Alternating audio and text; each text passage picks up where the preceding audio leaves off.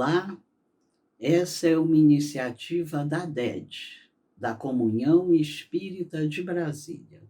São esses momentos em que nós aproveitamos para sair das nossas preocupações diárias e para receber a consolação que a doutrina espírita nos traz. Bendita doutrina espírita.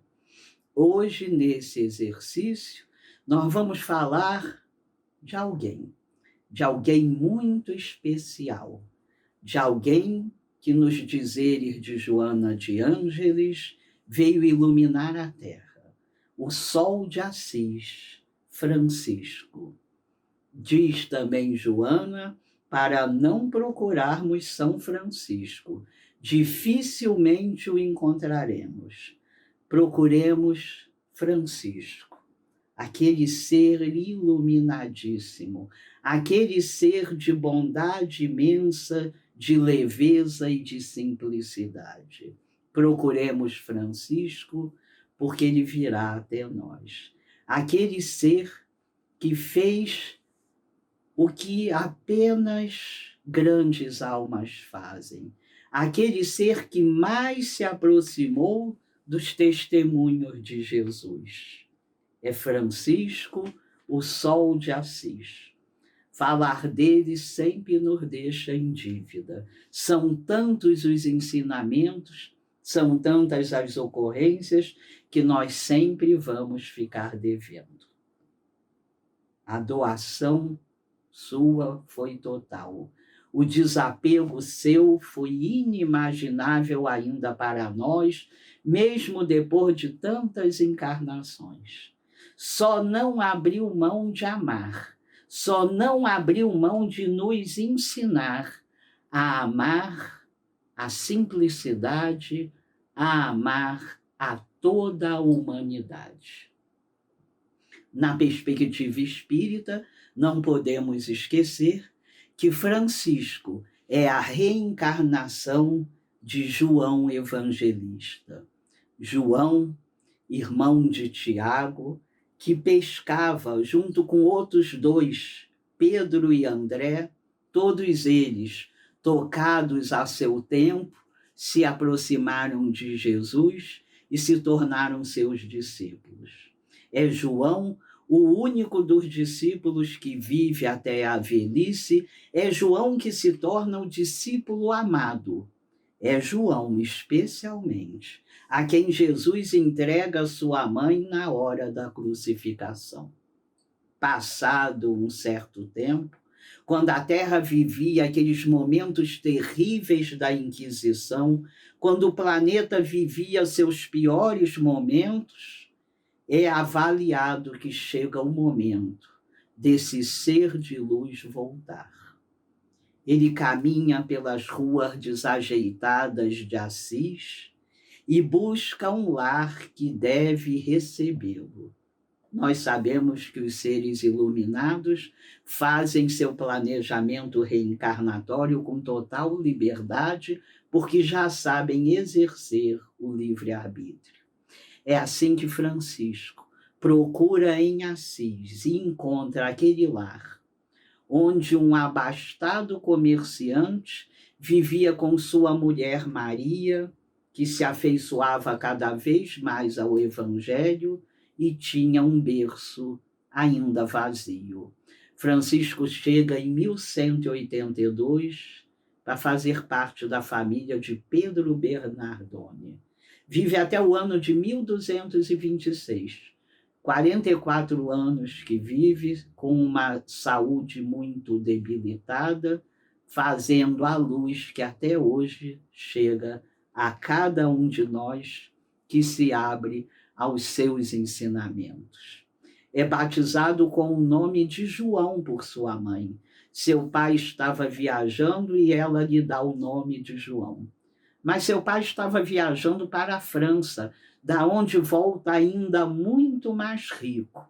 Com essa sua felicidade, ele resolve rebatizar o menino com o nome de Francisco, que quer dizer francês, Aquela época, esse nome causava muita estranheza.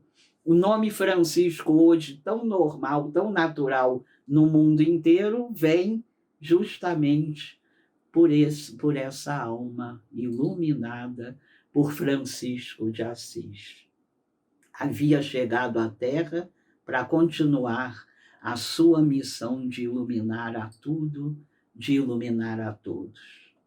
Cedo é levado a trabalhar na grande loja do pai, o que faz sem nenhum interesse. Certa tarde, sozinho, vê chegar até a loja um homem maltrapilho.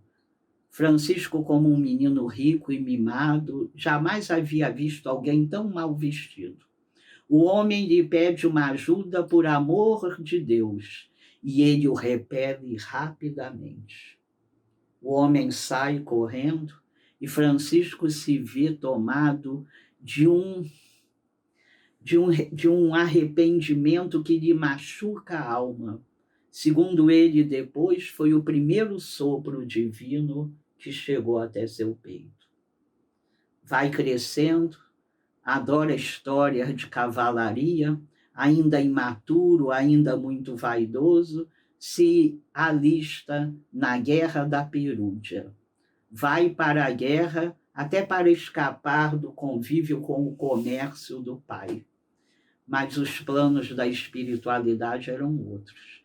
Rapidamente ele é preso, passa 11 meses preso, e lá na cadeia começa a meditar e começa a ser conhecido pela sua bondade. Ao ser liberto, sua saúde já começa a demonstrar os cuidados necessários. Mas ainda assim, ele se entrega a todas aquelas festas que os adolescentes ricos faziam em Assis. Uma dessas festas se chamava o Rei. Um rapaz era escolhido para ser o rei.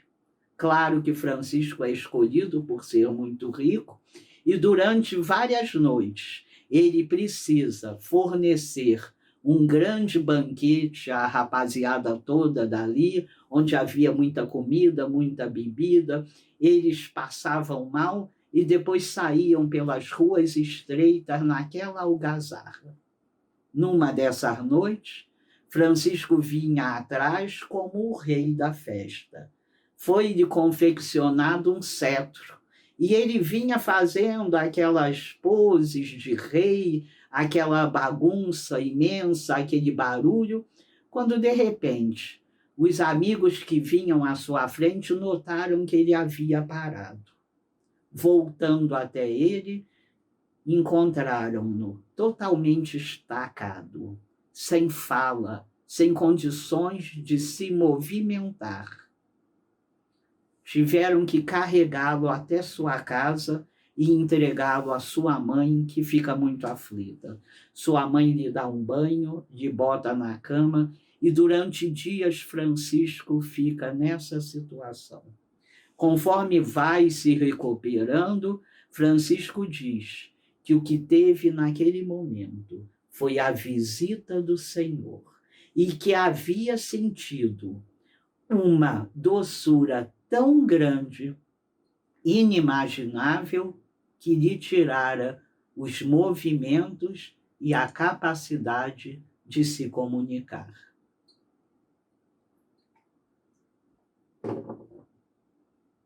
Francisco descreve essa doçura, nos lembrando que mesmo nos maiores enganos nossos, a presença de Jesus se faz nunca como punição, sempre como misericórdia, sempre como um socorro de imenso amor a todos nós.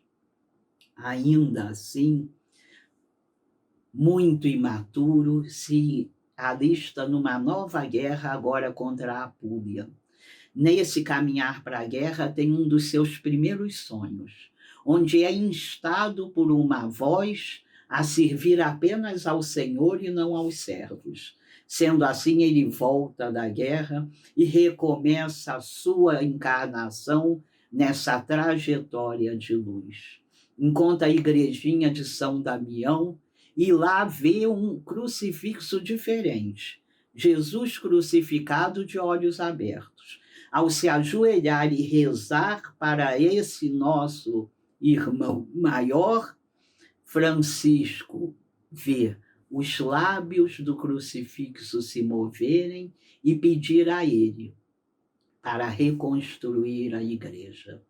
Ele começa a reconstruir igrejas fisicamente, 2 anos depois reconhece que a reconstrução é também da instituição, o que ele passa toda a sua encarnação fazendo. Aos poucos vai recebendo novos seguidores. No início, chamado de louco, é reconhecido como sábio, como um homem imensamente bom. Quantas vezes podemos pensar que se Francisco reencarnasse hoje, também seria conhecido como louco, também passaria algumas dificuldades. Aquela cena especial que todos nós lembramos, quando Francisco, no meio de uma praça, assistido pelo bispo Dom Guido e conversando com seu pai, acaba lhe entregando toda a roupa do corpo e indo agora vestir-se como os pobres definitivamente. É Francisco, esse ser de luz maior, esse ser que recebe a todos que lhe procuram com sinceridade. Seu primeiro seguidor, Bernardo Quintavalle, era um homem muito rico que quer lhe entregar toda a riqueza e viver com ele na capela de São Damião. Francisco diz que precisam se aconselhar com o Evangelho. Vão até a capela e lá, após uma oração muito sentida, acompanhados de outro rico, Pedro Catani, eles abrem o Evangelho e encontram no capítulo 10 de Marcos, nos versículos de 17 a 31, aquela cena do Evangelho, aquela fala do Evangelho que nos toca muito, quando Jesus diz ao moço rico: vá, vende tudo o que tens para que possas me seguir. Estava ali a resposta para Bernardo Quintavalle, para Francisco e também para aquele outro homem, Pedro Catani, que com o tempo também se junta à ordem dos irmãos menores. Com o tempo precisam ir até o Papa Inocêncio III, se prostrar diante dele e pedir o direito de viverem em pobreza, em humildade. O Papa Inocêncio, no momento, resiste, mas imediatamente é lembrado que no dia anterior havia sonhado que a grande catedral ruía em cima dele e que ele só não perecera porque um mendigo, com toda a força inimaginável, segurara aquela construção. Inocêncio, se lembrando desse sonho, identifica o mendigo com Francisco e assim lhe dá a permissão para viver essa forma de viver os ensinos do Cristo tão mais próximas da forma como nos foi ensinada. É Francisco de Assis esse nosso exemplo maior. É Francisco de Assis que recebe Chiara, uma jovem rica e nobre de Assis, que aos 18 anos, depois de recusar inúmeros casamentos, foge do palacete em que vivia à noite, se encontra com Francisco e com os irmãos menores e lhe entrega a cabeça para ser raspada e se torna a primeira seguidora mulher.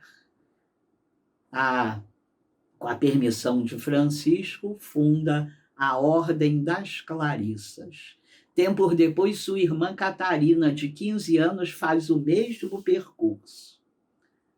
Mais adiante, a irmã Beatriz e sua mãe, quando se torna viúva, se junta às 3 filhas e nós temos início a essa ordem. Nós sabemos que Clara de Assis é a nossa querida Joana de Ângeles. Assim nós vamos vendo esses seres maravilhosos indo e voltando à Terra com a missão, com a mensagem de que nós também poderemos, que nós faremos esse caminho no nosso tempo, no nosso ritmo, e que é preciso usar a nossa boa vontade para sermos mais produtivos.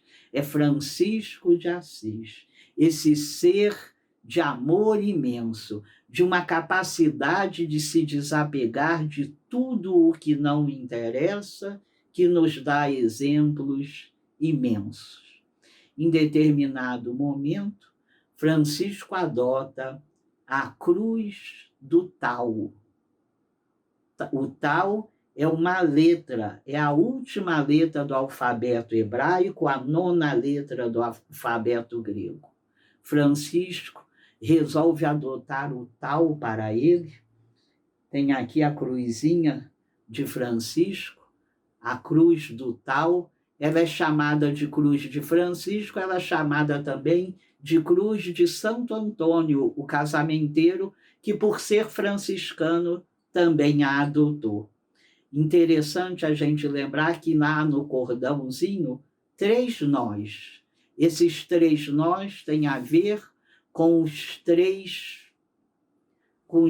votos que os franciscanos fazem. O voto da obediência, o voto da pobreza e o voto do coração puro. Que grandes projetos, não é? A obediência, a pobreza e o alimento de um coração puro. Francisco escolhe o Tau por conta de no Antigo Testamento encontrar no livro de Ezequiel uma citação em que Deus diz: vão pela cidade, atravessem Jerusalém e marquem com o Tau a testa de todos os que sofrem, de todos os que estão aflitos. Marcar a testa de todos os que sofrem, de todos os que estão aflitos, é trazer à luz a bondade de Deus a cada um desses sofredores. Por isso, Francisco adota a cruz de madeira, a cruz do Tau. A partir de um certo momento, sempre que passavam por uma cidade, sempre que socorriam a alguém, eles marcavam as portas, as paredes das casas com o Tau. Há inúmeras citações de pessoas que foram curadas com a cruz do Tau e preservaram as marcas em seus corpos. Essa é a marca de um ser que caminhou muito além de nós. Essa é a marca daquele ser que, muito doente, agora hospedado por Dom Guido, sentindo que chegava a hora de voltar ao mundo espiritual, pede para ir para a capelinha de Porciúncula. Lá reencontra a Clara, reencontra aqueles seus seguidores, e num dia especial, em que a capelinha da Porciúncula ficou coberta de pássaros que cantavam alegremente, ele volta ao mundo espiritual. Esse ser que veio mais uma vez nos falar da necessidade do amor por tudo e por todos.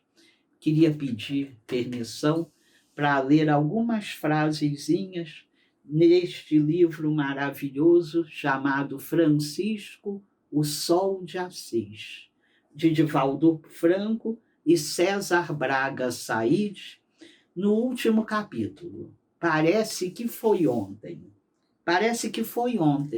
que aquele homem com alma de criança e coração de menino andava descalço pelos campos. Parece que foi ontem que o vimos reconstruindo a capela de São Damião. Parece que foi ontem que o vimos convivendo com os leprosos. Parece que foi ontem que ele se prostrou à frente do Papa Inocêncio III para pedir para ser humilde. Parece que foi ontem que, vencendo o machismo e a suspeita que sempre pairou sobre as mulheres, ele acolheu Clara com benevolência. Parece que foi hoje, há poucos instantes, que o reencontramos numa esquina de uma metrópole ou de uma pequena cidade, muito magro, suplicando uma esmola, um pedaço de pão, um pouco de atenção, um pouco de calor humano. Que possamos buscar Francisco, que possamos buscar Francisco nesses nossos irmãos de caminhada e que possamos, acalentados por seus exemplos e pela bondade divina, seguir a nossa caminhada, que sempre, absolutamente sempre, nos levará a mundos mais ditosos, a mundos melhores. Que sigamos confiantes. Muito obrigada.